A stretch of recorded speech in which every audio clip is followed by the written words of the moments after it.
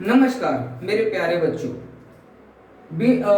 Topic start करने से पहले दो बातें मैं आपसे कहना चाहता हूं।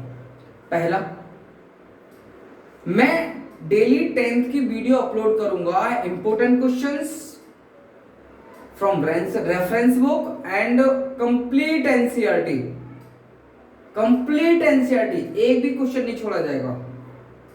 फ्री में घर बैठे अपना कोर्स कंप्लीट करेंगे, मैथ का सिलेबस कंप्लीट करेंगे।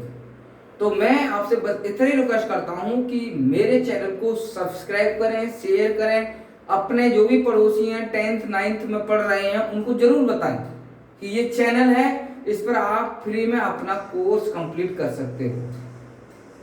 चलिए, तो यही मुझे आपसे कहना था। प्लीज मेरे चैनल को सब्सक्राइब जरूर करें, आपके सपोर्ट की मुझे बहुत जरूरत है। आपका अगर सपोर्ट मिल गया तो समझो इंसान कहां से कहां पहुंच जाता है। मैं आपसे कह रहा हूं कि जो वायरल है उनके लिए सब देखते हैं, एक बार अपने इस गीतम सर को भी देखिए और इनका मेथड भी समझिए, जो कि बेसिक से एडवांस आपको कराएंगे, जीरो से हीरो बनाएंगे मैथ में। चलिए स्टार्ट करते हैं। आज का टॉपिक ग्राफ ऑफ पॉलिनोमियल, ये आज का टॉपिक है हमारा, ग्राफ ऑफ पॉलिनोमियल। तो हम पॉलिनोमियल की ग्राफ की बात करते हैं। सबसे पहले हम बात करते हैं लीनियर पॉलिनोमियल।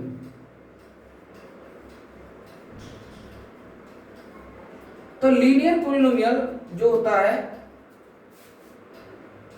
तो वो होता है, जैसे हम मान लेते हैं कोई भी, है ना, कि 3x प्लस 2 मान लिया, ये हमारा लीनियर पॉलिनोमियल है। ओके, इसके ग्राफ की बात करें तो मैं आपको बता रहा हूं, जब भी वर्ड है लीनियर वर्ड आ जाए तो समझिए उसका जो ग्राफ बनेगा वो होगा स्ट्रेट लाइन, ऐसे ये वाली लाइन, ये वाली लाइन, इस टाइप का ग्राफ होगा। ओके, स्ट्रेट लाइन बनेगी। लीनियर इक्वेशन की बात करें, लीनियर पॉलिनोमियल की बात करें, इनका जो ग्राफ होगा वो होगी स्ट्रेट लाइन। ठीक है, तो मैं लिख लेता हूं, एक कंसीडर कर लेता हूं। चलिए उससे पहले consider a linear polynomial.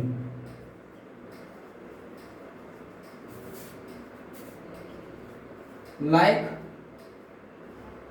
3x plus 2, इसको मैं लेट कर लेता हूं y equal to 3x plus 2, क्योंकि आपको ग्राफ ड्रॉ करने के लिए y वेरिएबल की नीड होगी, इसलिए मैंने इस ग्राफ को y के इक्वल इस पॉलिनोमियल को y के इक्वल लेट कर लिया।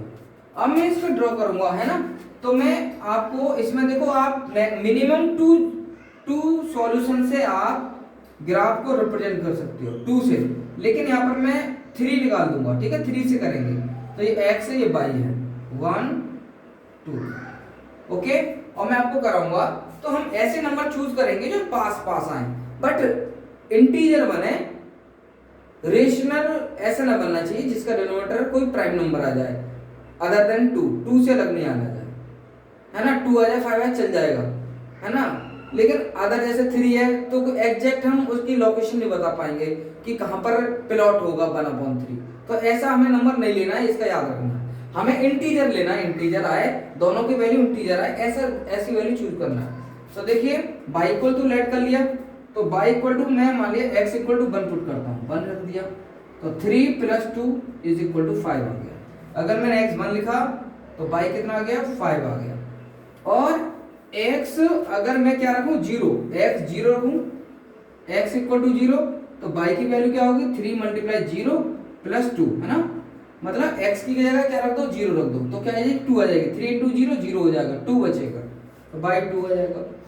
ठीक है, अब हम बात करें y equal to x equal to -1 रख दें तो क्या आएगा। अगर हम x इक्वल टू क्या रख दें, -1 रख दें तो क्या आएगा, -1 रख दें तो क्या आएगा, तो 3 मल्टीप्लाई -1 प्लस 2, 3 की -1 -3 प्लस 2 इज इक्वल टू -1 आएगा। ठीक है, तो अब हम इसका ग्राफ ड्रॉ करते हैं। ठीक है, कैसे करते हैं देखिए, तो ये कार्टेशियन हम सिस्टम को ड्रॉ करते हैं। तो देख लेते हैं, पॉजिटिव में y एक्सिस पर 5 है और 2 है और -1 नेगेटिव है दोनों पर, तो मेरे दिमाग में पॉजिटिव में ज़्यादा जाना है और नेगेटिव में कम रहना है। तो यहाँ हमारा क्या हो गया, -1 -2 इधर 1 2 3, यहाँ पर -1 -2, यहाँ बात करें 1 2 3 4 5 6। अब इसके ग्राफ ड्रॉ करो। पहले इसके सॉल्यूशन की बात कर लेते हैं। इस पॉइंट में 1,5 0,2 -1, ये लिख लिए। अब मैं इसको रिप्रेजेंट करता हूँ 1,5, तो 1 कहाँ हमारा ये है और 5 का हमारा है, तो 1 और 5 के सामने पॉइंट लगेगा, 1 और 5 के सामने सीधे मिला लो, 1 के सामने 5 के सामने। 0,2, तो 0,2 x की वैल्यू 0, y की वैल्यू 2, तो यहाँ पर आएगा, ये वाला पॉइंट है हमारा 0,2 ये। चलो आगे -1,1, तो दोनों के -1 और 1 के सामने आएगा, सॉरी -1 के सामने, -1 यहाँ पॉइंट लगेगा, इसके कोऑर्डिनेट -1, ठीक है, मैं लिख दूंगा -1, ये जो पॉइंट है। अब मैं इनको किसी स्ट्रेट लाइन से ज्वाइन कर देता हूँ। ये देखो, आप देखो ये स्ट्रेट लाइन बन गई, ठीक है। आप लगा सकते तो ब्रेक हो गई, देखो मैंने थोड़ा मेरे डिस्टेंस में कहीं बड़ कमी कहीं कम ज्यादा है, इसलिए थोड़ी ये स्ट्रेट नहीं है, बोसो बन गया है, बोसी लाइन बन गई है थोड़ी कर्व से, लेकिन ये स्ट्रेट मानो एक तरीके से, ठीक है, स्ट्रेट है। तो इस टाइप से आप देख रहे हैं कि स्ट्रेट लाइन इसका ग्राफ बन गया, स्ट्रेट लाइन ऐसे ग्राफ बन जाता है। ये हमारा लीनियर पॉलिनोमियल का ग्राफ है। ओके, जहां भी लीनियर वर्ड आए वहां पर आपकी स्ट्रेट लाइन बनेगी, स्ट्रेट लाइन उसका ग्राफ होगा, ठीक है। चलिए क्लियर है सभी को। तो सबसे पहले हमें क्या करना पड़ता है, हमारे लिए उसके सॉल्यूशन निकालने पड़ते हैं और सॉल्यूशन को ग्राफ पर रिप्रेजेंट करते हैं। अब मैं बात करूंगा क्वाड्रेटिक पॉलिनोमियल, है ना, क्वाड्रेटिक पॉलिनोमियल।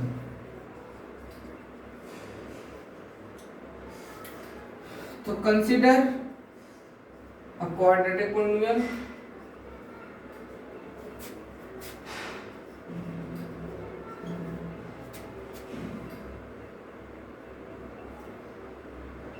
like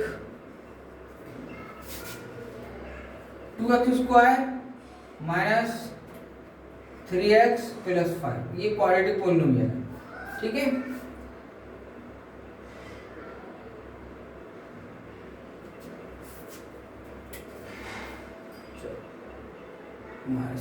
ठीक है, ये हमने क्वाड्रेटिक पॉलिनोमियल ले लिया।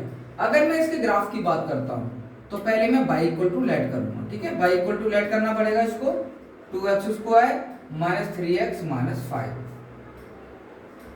अब मैं इसके सॉल्यूशन देखो निकालना है, आप निकाल सकते हैं, है ना, ऐसे करना जैसा अभी हमने कहा था कि मान लो मैं x इक्वल टू 1 ले लेता हूं तो क्या वैल्यू आएगी, तो 2 multiply 1 square minus 3 multiply 1 minus 5, तो 2 माइनस 3 माइनस 5, तो माइनस माइनस प्लस हो जाएगा, है ना, तो कितना हो जाएगा -8, प्लस का 2 माइनस का 8 कितना आ जाएगा -6।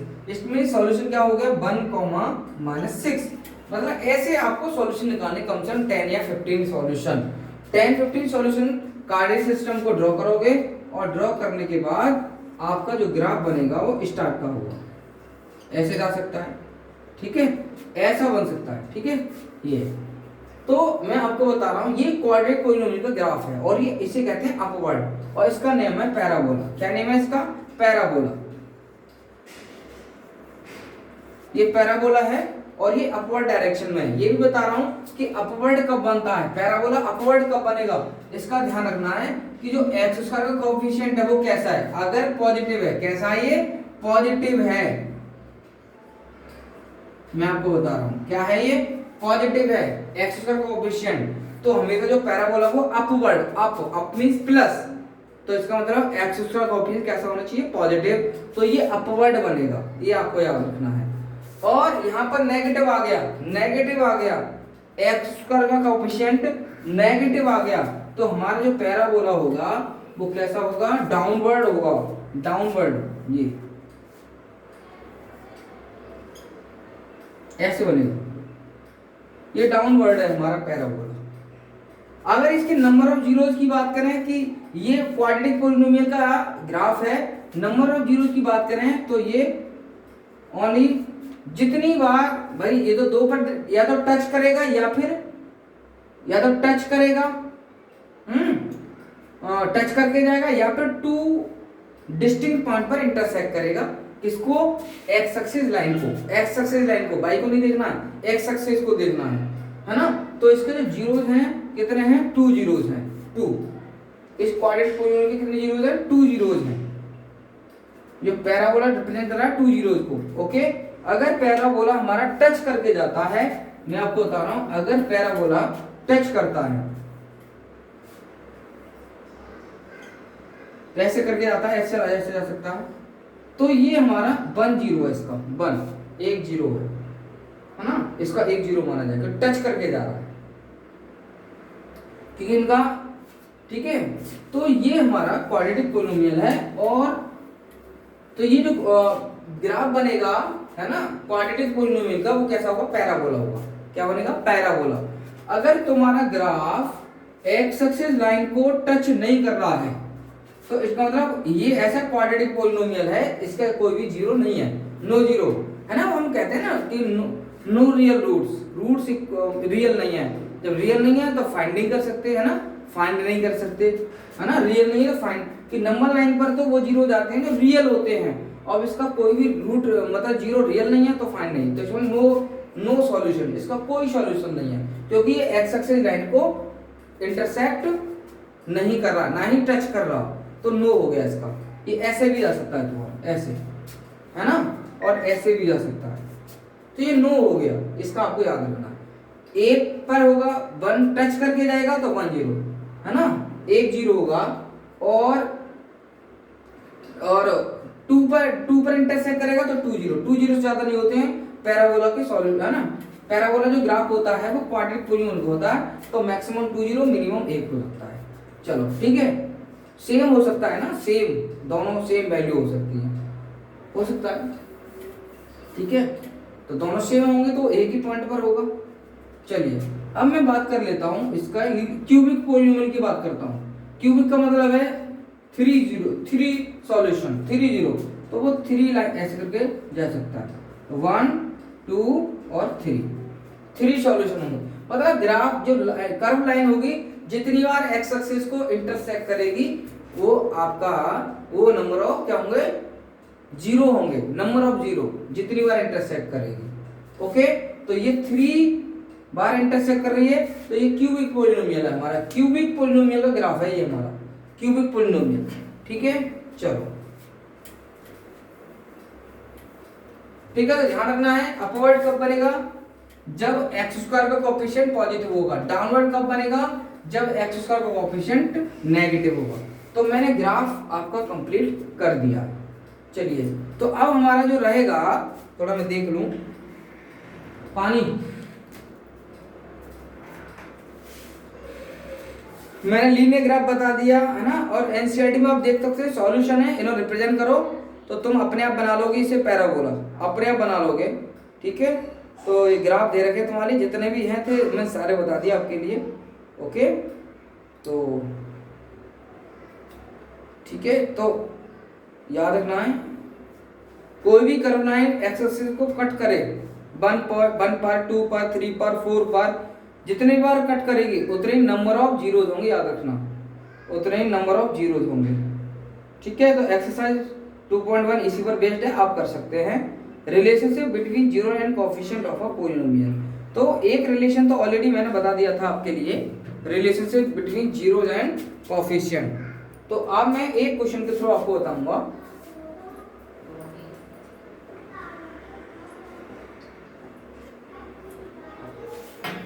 तो देखिए, तो टॉपिक है हमारा relationship between zero and coefficient. बहुत ही इजी मेथड से मैं आपको बताऊंगा, कंफ्यूज होने की बिल्कुल जरूरत नहीं है, और याद रखना आज तक भूलोगे नहीं। Relationship between its zeros and coefficient, ये आपको देखो। चलिए, तो देखिए, मैं एक क्वाड्रेटिक पॉलिनोमियल को लेट कर लेता हूं, ठीक है। तो कंसीडर अ क्वाड्रेटिक पॉलिनोमियल,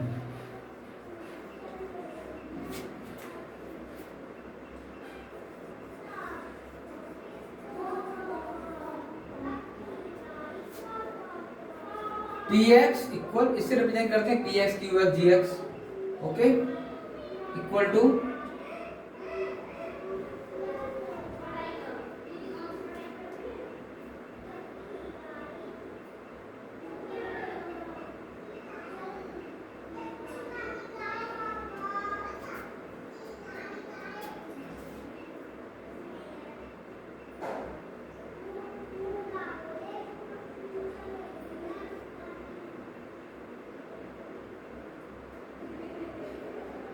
ठीक है, ये ले लिया मैंने ना।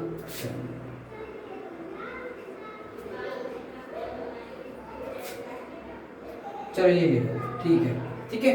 अब मैं क्या कर रहा हूँ, कह रहा है relationship between zeros and coefficient, तो मैं सबसे पहले इसके क्या निकालूंगा, जीरोस, क्या निकालूंगा, जीरोस, है ना, क्योंकि जीरो चाहिए मुझे, तब मैं रिलेशन उसके कोफिशिएंट से दिखाऊंगा, ठीक है। तो पहले इसके जीरो निकालने हैं, तो देखो यहाँ पर आप इनकी मल्टीप्लाई कर दो, दोनों की, इन दोनों की कर लो,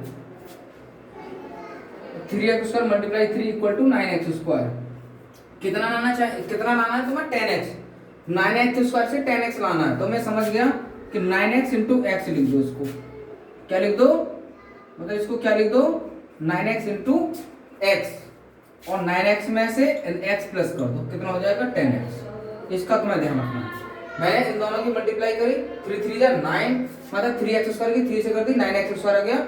अब मुझे 9x² के ऐसे दो फैक्टर निकालने हैं कि 10x आ जाए, तो 9x इंटू एक्स, और 9x में से x, 9x में x ऐड करोगे 10x आ जाएगा, ठीक है। तो आपको बस कुछ नहीं करना है, इस 3x² की जगह क्या लिख देना है, क्या लिख देना है, 9x प्लस x प्लस 3, इसका ध्यान रखना है, ठीक है। चलो अब मैं इससे क्या कर लेता हूँ, कॉमन लेता हूँ, इससे कॉमन, इससे कॉमन, इससे क्या कॉमन है हमारे, देखो 3x कॉमन है, 3x कॉमन है, कितना चाहिए, x प्लस 3 आ गया, यहाँ से क्या कॉमन है, 1, तो x प्लस 3, ये हो गया। अब x प्लस 3 तुम्हारा कॉमन आ गया, और 3x प्लस 1 बचा, ये हो गया हमारे फैक्टर्स, ये फैक्टर्स बन गए किसके, इस पोलिनोमियल के, और ये कैसे फैक्टर हैं, लीनियर फैक्टर्स हैं, लीनियर, है ना। अब इनके जीरो निकाल लेंगे, तो जीरोस क्या करना पड़ेगा, इन दोनों के इक्वल जीरो रखना पड़ेगा, जीरो, ठीक है।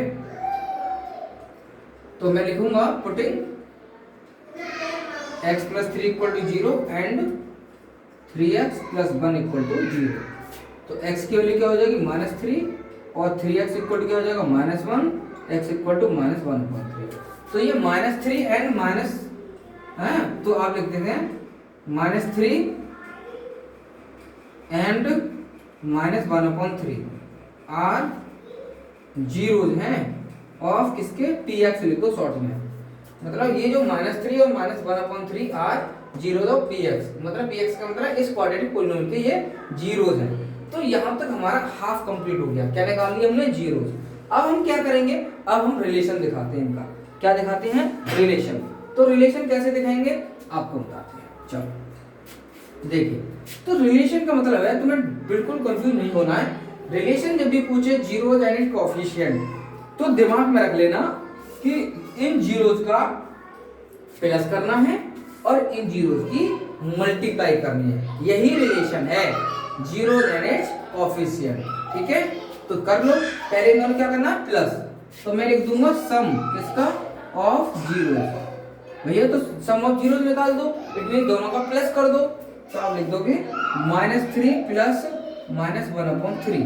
आप कहोगे सर ये ब्रैकेट क्यों लिखा, क्योंकि नेगेटिव जीरो है, नेगेटिव, ये भी नेगेटिव, इन दोनों के बीच प्लस का साइन लगाना, इसलिए ये ब्रैकेट में लिखना पड़ेगा, ये वाला प्लस के साइन के बाद वाला, है ना, इसके पहले कोई फर्क नहीं पड़ता है। अब ये साइन चेंज हो जाएगा, जैसे तुम ये ब्रैकेट हटाओगे, ये वाला ब्रैकेट हटाओगे, तो माइनस प्लस माइनस, इस माइनस की प्लस से मल्टीप्लाई हो जाएगी, तो -1/3, माइनस प्लस माइनस। अब एलसीएम ले लो, सॉल्व कर लो, सॉल्व कर लो, 3 बन जा 3, और क्रॉस कर दो, चाहे जो रूल है वो उसे फॉलो कर लो, 3 3 जा 9, -1 × 1 1, तो ये कितना आ गया आपका, ये आ गया -10/3।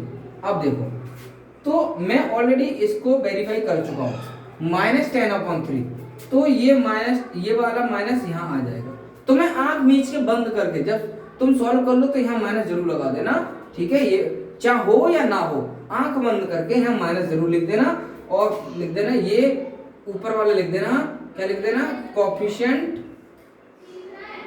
ऑफ एक्स, और नीचे वाला जो होता है देखो ये माइनस तो ये रहेगा, और जो 10 बचा, 10 किसका कोफिशिएंट है, एक्स का, एक्स का कोफिशिएंट 10 है, पॉजिटिव का साइन है ना, तो माइनस ये वाला ये है, और बचा 10 कोफिशिएंट ऑफ एक्स। नीचे 3 हमेशा किसका कोफिशिएंट होता है, एक्स स्क्वायर का, नीचे वाला इसका कोफिशिएंट, तो ये लिख दो कॉफी,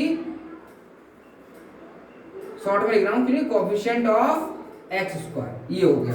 बस आंख बंद के इसे रट लो, minus coefficient of x upon coefficient of x square, बस सॉल्व कर लो इसे और ये लिख दो आंख बंद करके इसको।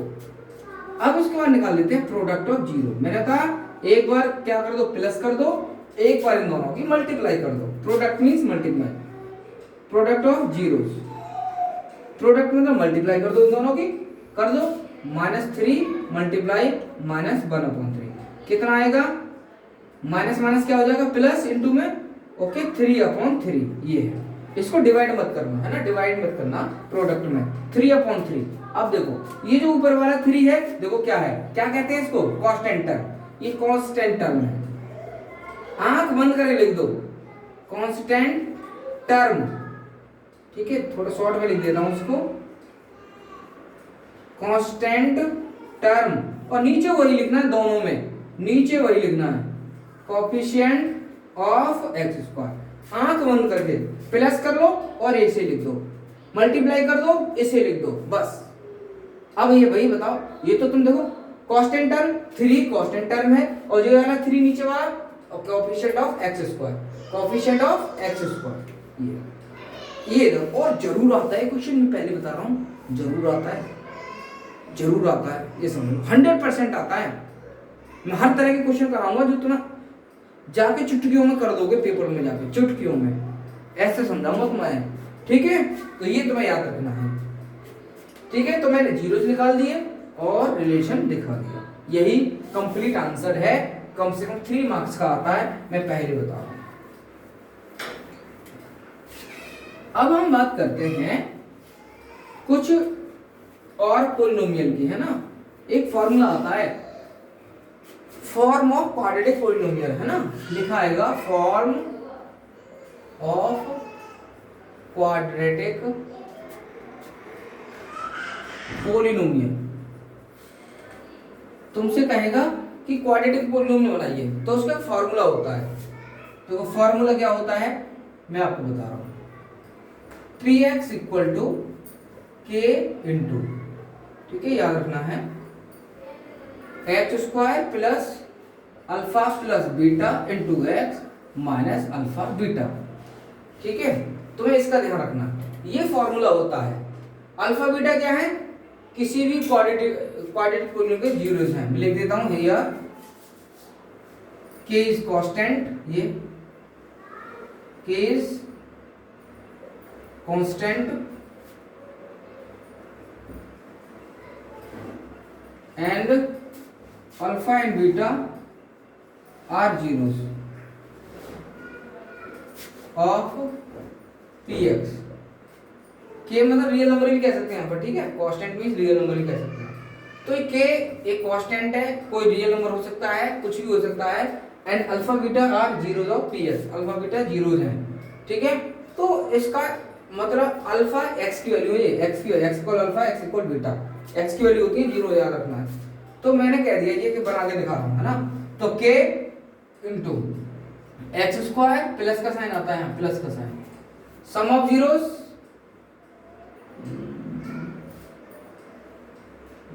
नहीं, यहां माइनस आता है, सॉरी यहां माइनस आता है, माइनस यहां प्लस, ठीक है, हाँ, x² minus sum of zeros into x plus product of zeros, ठीक है, थोड़ा मिस कंफ्यूज हो गया था, चलिए हो जाता है, तो ठीक है, चलो। तो अब मैंने वेरीफाई भी किया, ऐसी बात नहीं है, वेरीफाई किया है मैंने, है ना, इस टाइप का, तो ये फॉर्मूला है। अब मैंने कहा जैसे क्वेश्चन आ सकता है, मेरा क्वेश्चन है फॉर्म ऑफ क्वाड्रेटिक पॉलिनोमियल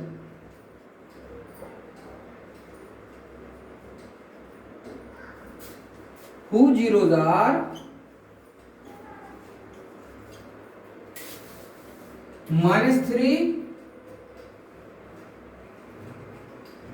1/5 ये दे दिए।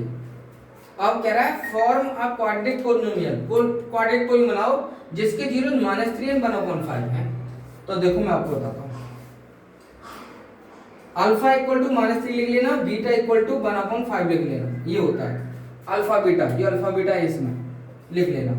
अब तुम्हें किसकी वैल्यू चाहिए, अल्फा प्लस बीटा की वैल्यू चाहिए, अल्फा बीटा की वैल्यू चाहिए, तो निकाल लो दोनों की, अल्फा प्लस बीटा -3 प्लस 1/5 ये हो गया भाई, alpha plus beta -3 plus 1/5। Solve कर लो इसको, इसके नीचे 1 मान लो क्योंकि ये p अपॉन q की फॉर्म में है, ये p अपॉन q की फॉर्म में नहीं था इसलिए बना लिया।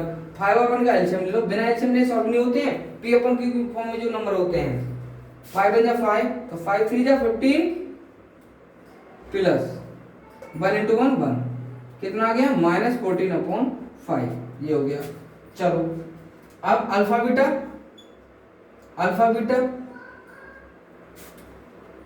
निकालो, तो प्रोडक्ट मतलब अल्फा बीटा का मल्टीप्लाई -3 मल्टीप्लाई 1/5 कितना हो गया आपका -3/5।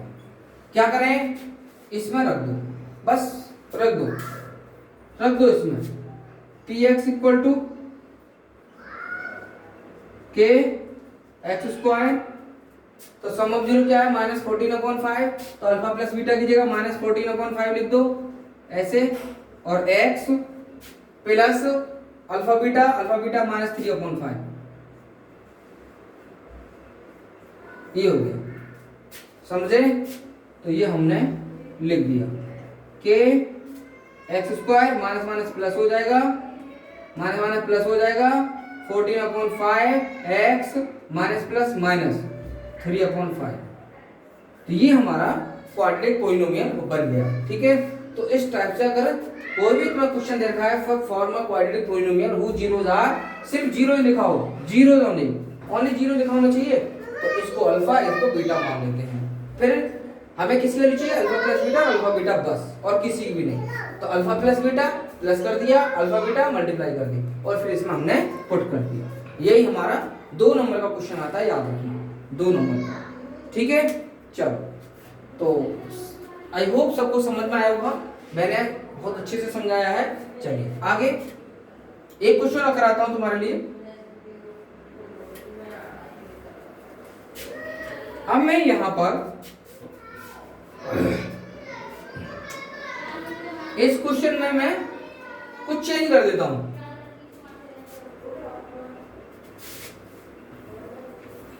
Form a quadratic polynomial whose sum of zeros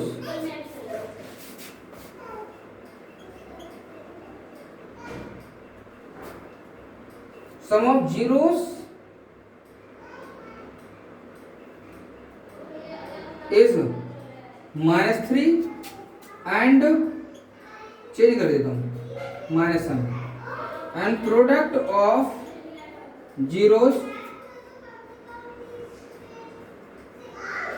-5 ये रख दिया। अब तुम्हें इसका ध्यान रखना है, form of quadratic polynomial whose sum of zeros is -7 and product of zeros is -5, ठीक है।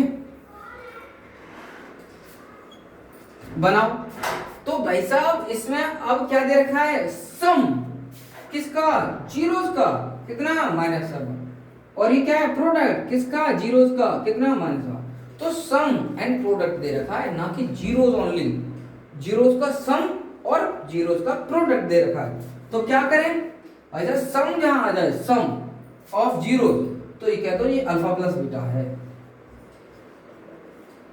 और जब प्रोडक्ट आ जाए, प्रोडक्ट ऑफ जीरो, तो कह दो कि ये अल्फा बीटा है। बना दो, फॉर्मूला क्या है, px equal to k x square minus alpha plus beta x plus alpha beta, ये है।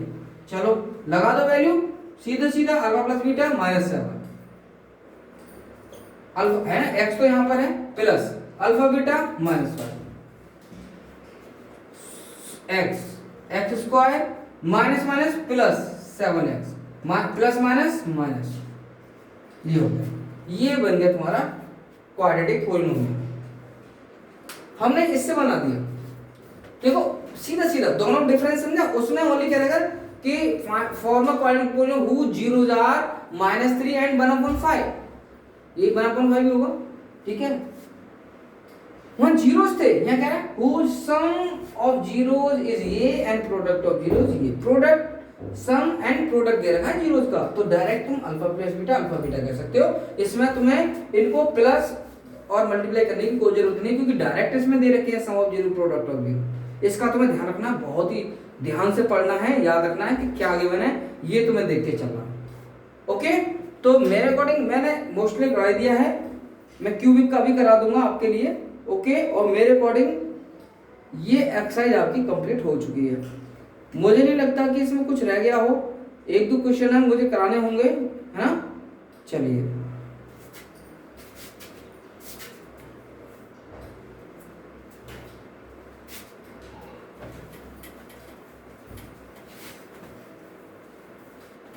और इसमें इंपॉर्टेंट क्वेश्चन रहेंगे हमारे। ओके, जैसे एक इसमें क्वेश्चन है जिसमें बच्चे कंफ्यूज हो जाते हैं, मैं आपको बता दे रहा हूं, इसमें ऐसे ही बता दूंगा तुम्हें, बाकी तो तुम कर लोगे। ऑर्डर का तुम्हें ध्यान रखना है ना। जैसे इसमें 6x² -3 -7x, भाई ऑर्डर गलत है, जो टर्म्स की जो ऑर्डर है वो गलत है बिल्कुल। पहला सही है, x² का आता है, इसके बाद आता है x वाला टर्म, लेकिन ये कांस्टेंट रख दिया है तो -7x आएगा, इसके बाद फिर ये आएगा। ये हमारा करेक्ट ऑर्डर है, ऑर्डर का ध्यान रखना है, ठीक है। और टर्म का भी ध्यान रखना है, जैसे इसमें है 4u² + 8u, इसमें तुमसे क्या है कि फाइंड द जीरो, जीरोस बताने और रिलेशन भी दिखाना है जीरो एंड कोएफिशिएंट का। तो इसमें तो दो ही टर्म है, कांस्टेंट तो है ही नहीं, क्या करें, कुछ मत करो, कॉमन ले लो, ऐसा कॉमन ले लो, बस कॉमन दिखाई दे रहा है, क्या कॉमन दिखाई दे रहा है 4u, चलो क्या लिखते हैं u + 2 लिख दो, ये लिख दो, है ना। मेरे अकॉर्डिंग अगर ये ठीक है, अब आप सर जीरो कैसे निकालें, अब ये दो फैक्टर बन गए इसके, एक ये बन गया लीनियर, एक ये बन गया, ठीक है, ये मोनोमियल या बाइनोमियल। अब इनके इक्वल जीरो कैसे निकालें, तो जीरो इक्वल रख दो ऐसे करके, 4u = 0 और u + 2 = 0, ऐसे u = 0/4 और u = -2, तो u = क्या आ गया 0, u = -2, अब ये आ गया, ये तो जीरोज आ गए इसके, 0 एंड -2 इसके जीरोज आ गए। अब इनका हम क्या रिलेशन दिखाना चाहें तो इनका प्लस कर दो, सम कर दो, 0 + -2, तो क्या आया -2, कि सर रिलेशन तो दिखाई नहीं, देख नहीं पा रहे, तो आप चाहो तो इसका यूज कर कोएफिशिएंट क्या है 4 है, तो तुम ऐसा करो 4 बनाना है इसके नीचे, तो 4 से किससे इंटू कर दो, नीचे इसका 1 मान लो और 4 से मल्टीप्लाई कर दो ऊपर नीचे, तो -8/4 अपने आप आ गया, देखो ये 8 अपने आप आ गया और 4 ये है अपने आप हो गया। इसलिए प्रोडक्ट मल्टीप्लाई कर दो, प्रोडक्ट मतलब मल्टीप्लाई कर दो, प्रोडक्ट मल्टीप्लाई कर दो, तो प्रोडक्ट मतलब 0 × -2 = 0, क्योंकि इसमें मिडिल टर्म हो कांस्टेंट टर्म है ही नहीं, कांस्टेंट टर्म ये वाला है ही नहीं, जब नहीं है तो 0 ही आएगा ना, फिर तो 0 ही आएगा, टर्म है ही नहीं, सीधा सीधा रिलेशन आप दिखा सकते हैं। इसके आगे आप जो मैंने बताया जो रटा हुआ statement -coefficient of x / coefficient of x², और प्रोडक्ट में constant term upon coefficient of x², 0 के अपॉन में तुम कुछ भी लगा दो कोई फर्क नहीं लगेगा, 0.4 लिख दो कोई फर्क नहीं पड़ेगा, तो ये तो कांस्टेंट टर्म हो गया और नीचे वाला कोएफिशिएंट ऑफ किसका हो गया u² का हो गया, u है तो u लिखोगे, x है तो x, y है तो y, याद रखना। तो इस टाइप से तुम अगर दो टर्म है दोनों का पास वेरिएबल है तो ऐसे कर सकते हैं, ठीक है। और एक और है इसका, जो बच्चे कंफ्यूज होते हैं मैं आपको बता रहा हूं, t² - 15 ये है ना, ये क्वाड्रेटिक पॉलिनोमियल है ना। अब मुझे इसका जीरो निकालने हैं, तो भाई एक क्वाड्रेटिक, इस पर डिग्री 2 है और ये कांस्टेंट टर्म है, अगर इस टाइप का हो तो डायरेक्ट इक्वल में क्या रख दो 0 रख दो। अब एक क्वाड्रेटिक मतलब टर्म है जिसकी डिग्री 2 है और एक कांस्टेंट टर्म है, ऐसा हो तो इसके इक्वल डायरेक्ट 0 रख दो और t² = 15 लिख दो और t = ±√15। बताओ क्यों लगाया प्लस माइनस का, भाई साहब स्क्वायर हटाएंगे तो दो रूट्स आएंगे, दो सॉल्यूशन होंगे इसके टी के, एक प्लस का और एक माइनस का। तो माइनस √15 हो गया माइनस का, एक पॉजिटिव हो गया, दो हो गए, एक प्लस एक माइनस का हो गया और एक प्लस का हो गया, दो सॉल्यूशन हो गए क्योंकि ये क्वाड्रेटिक है ना। तो स्क्वायर हटाते हैं, इसका कोई हमें ये नहीं पता हो कि किस टाइप का ये एक मतलब इंटीजर रिप्रेजेंट कर रहा है। तो इंटीजर प्लस भी होते हैं और नेगेटिव भी होते हैं, तो प्लस माइनस लगेगा जब भी इसको हटाएंगे यहाँ से प्लस माइनस। अगर यहाँ ये कोई कहते हैं डिस्टेंस है तो हम नेगेटिव साइन नहीं लगाते क्योंकि डिस्टेंस नेगेटिव नहीं होती है, तो हम प्लस का ही साइन लगाएंगे बस, ठीक है। तो कुछ रूल होते हैं, कंडीशन होती है, वहां पर नेगेटिव नहीं लगता है, और जहाँ ऐसे तो दोनों कंडीशन फॉलो होती है तो प्लस माइनस लग जाता है, क्योंकि यहाँ पर जीरोस की बात होती है, जीरोस नेगेटिव होते हैं और पॉजिटिव, इसलिए प्लस माइनस लगेगा, स्क्वायर हटाओगे तो, ठीक है। तो ये हो गया। अब मैं इसका क्या निकालूंगा, सम निकाल लो, जीरोस तो निकाल दिए, सम मतलब दोनों का प्लस कर दो, क्या हो गया, ये माइनस का प्लस का क्या आ गया, जीरो आ गया, है ना। अब आप 0/1 लिख सकते हो, सीधा दिमाग बिना सोचे समझ लो, माइनस क्या लिखेंगे, किसका कोएफिशिएंट है ये, टी का, और नीचे वाला कोएफिशिएंट किसका होगा, t² का। देखो ये तो बिना सोचे लिख दो, सम कर दो तो ये लिख दो, प्रोडक्ट करो तो -√15 मल्टीप्लाई √15, दोनों को इंटू करेंगे, -√15 तो 15 हो जाएगा, इसके नीचे 1 मान लो, लिख दो आंख बंद करके, है ना। इसको क्या लिखेंगे, कांस्टेंट टर्म, और नीचे कोएफिशिएंट ऑफ t²। तो इतना आसान है, ये तो रट लो है स्टेटमेंट, रट लो भाई साहब, प्लस और माइनस कर रहे हो उसके आगे ये चीज लिख दो, फुल मार्क्स मिलेंगे, 1 मार्क्स कटेगा नहीं, कंफ्यूज होने की बिल्कुल जरूरत नहीं है।